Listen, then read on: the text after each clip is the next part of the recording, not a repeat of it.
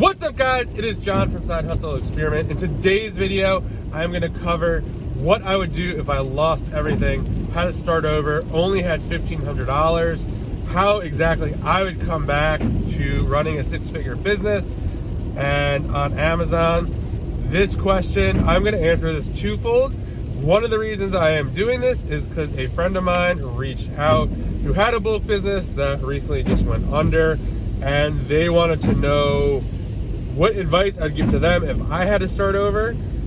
So the advice I gave to them, I'm going to share with you guys in case you're in that situation, or if you're just getting started. It definitely works for you because a lot of us are limited with capital when we first start selling on Amazon. So you could apply those to that.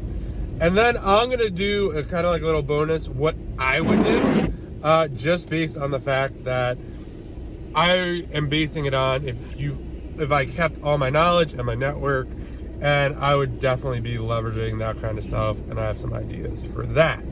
If you're new to the channel, welcome.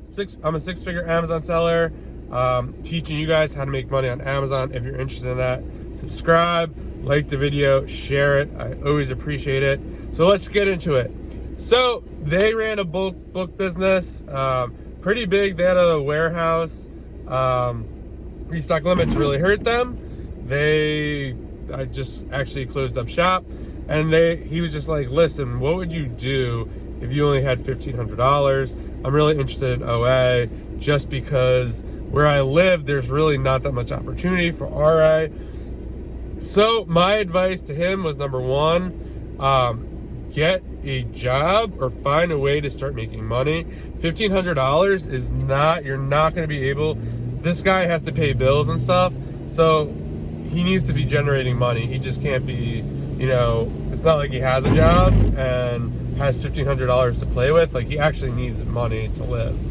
So my advice was to get a job, or if you don't want to do that, I think a great alternative is stuff like Uber, DoorDash, anything like gig economy that you could do.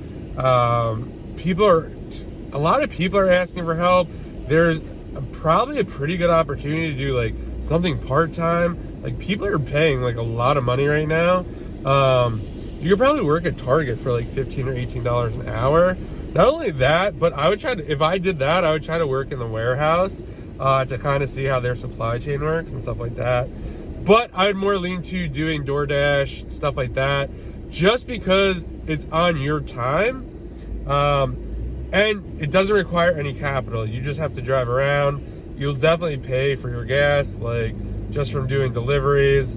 And yes, time is money, but if you don't have any money, you have to use time. So that's number one. Get a job, be able to pay your bills, and take whatever money left over from that and plow it into the new venture. Number two, I said, instead of doing OA, I would start thrifting books again.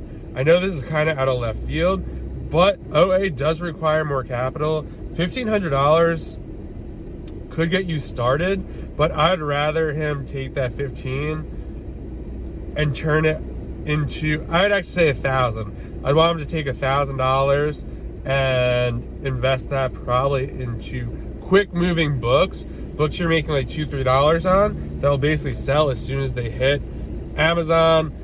Textbooks, don't be waiting to like textbook season, sell them right away. You get like $30, $40 profit instead of like $80. This is for someone who needs cash right away to build a business. So that would be that.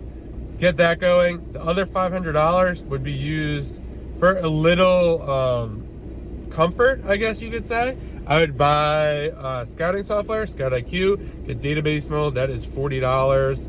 If you want to try it, I have a link in the bio. Then I would get something like Accelerlist to list all the books. Because those, and he already has a scanner, but I would do those three things. That all together, the scanner, you can get a cheap one for $30. But Accelerlist, Scout IQ, you're looking at like $60 a month. And the reason you would invest in software is because it would make stuff so much quicker. In the essence where you want to try to make as much as possible, it makes sense to invest $60 into software to make yourself grow quicker. Once he had kind of books, maybe he has like 4 or 5 grand in capital now or profit. Probably take him 4 or 5 months, maybe quicker. I mean, he was a bookseller, so there's really not much of a learning curve there for him. He knows what he's doing. Then I would start slowly buying OA items, quick moving stuff. Maybe get ungated in grocery, spend the $100 to $200 with Frontier Co-op. If you don't know, you can get ungated in grocery by using Frontier Co-op. You have to buy 10 of one SKU, submit your invoice to Amazon, and then they'll approve you. And then I would suggest him source a lot of grocery from Walmart.com. That would be a really simple place. There's a lot of cheap grocery stuff you could do on Walmart or even other websites that wouldn't be capital intensive at all. You wouldn't be making like huge profits on it, maybe like $2-3 a unit, but that is good to like start building. And then eventually I would tell him to phase out of books and just focus on OA. If he was able to do that, he could probably do within a year, probably, if he was able to hit OA like a little harder, especially catch a nice Q4 if he had capital. And as he got more comfortable, I would say to maybe take, I'm not telling you to do this, but I'd probably tell him to, if he was comfortable with OA or start getting comfortable, to maybe get, to start using a credit card, to lean on, a little bit more credit, to use that since you know what you're doing. I mean, you always run risk in that, but that would be kind of what I would tell him.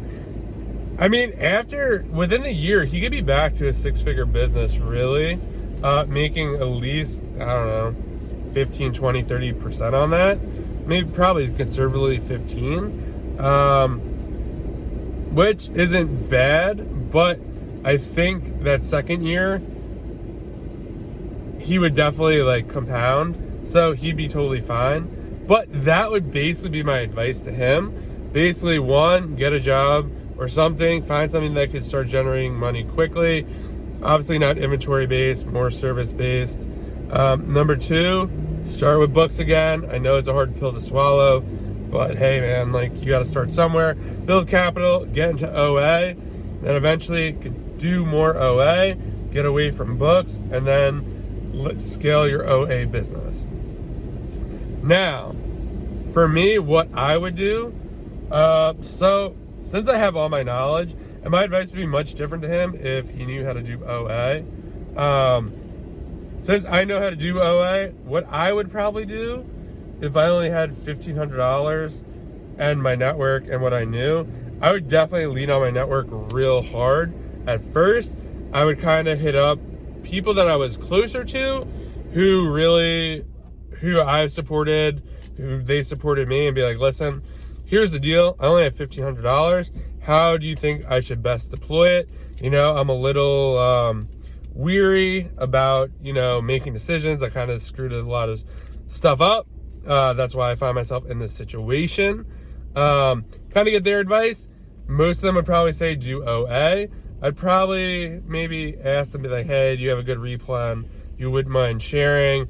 And give them something back on the back end once I was kind of like set up and more established. I would leverage credit a little more since I do have a good credit score and a lot of credit like line that I could spend. So I'd be a little more comfortable taking a little bit of risk there, not too much though, maybe $2,000, $3,000, $4,000, $5,000 at the most, until like money started to roll in, and then kind of scale that up. And then similar to what I was saying about figuring out a way to generate money, I'd probably do a leads list, because obviously if I had the knowledge I had, I'd be able to source a lot of product that I wouldn't be able to buy. So I could definitely leverage a lead list. I'd probably do a high-end one, maybe like $200 a month, but the leads would actually be like really, really good. Not like this maybe kind of bullshit that like maybe if you had a couple beers you would buy and take a chance on, like actually really good stuff that like I'd be buying. So that is kind of what I would do. Both would definitely work.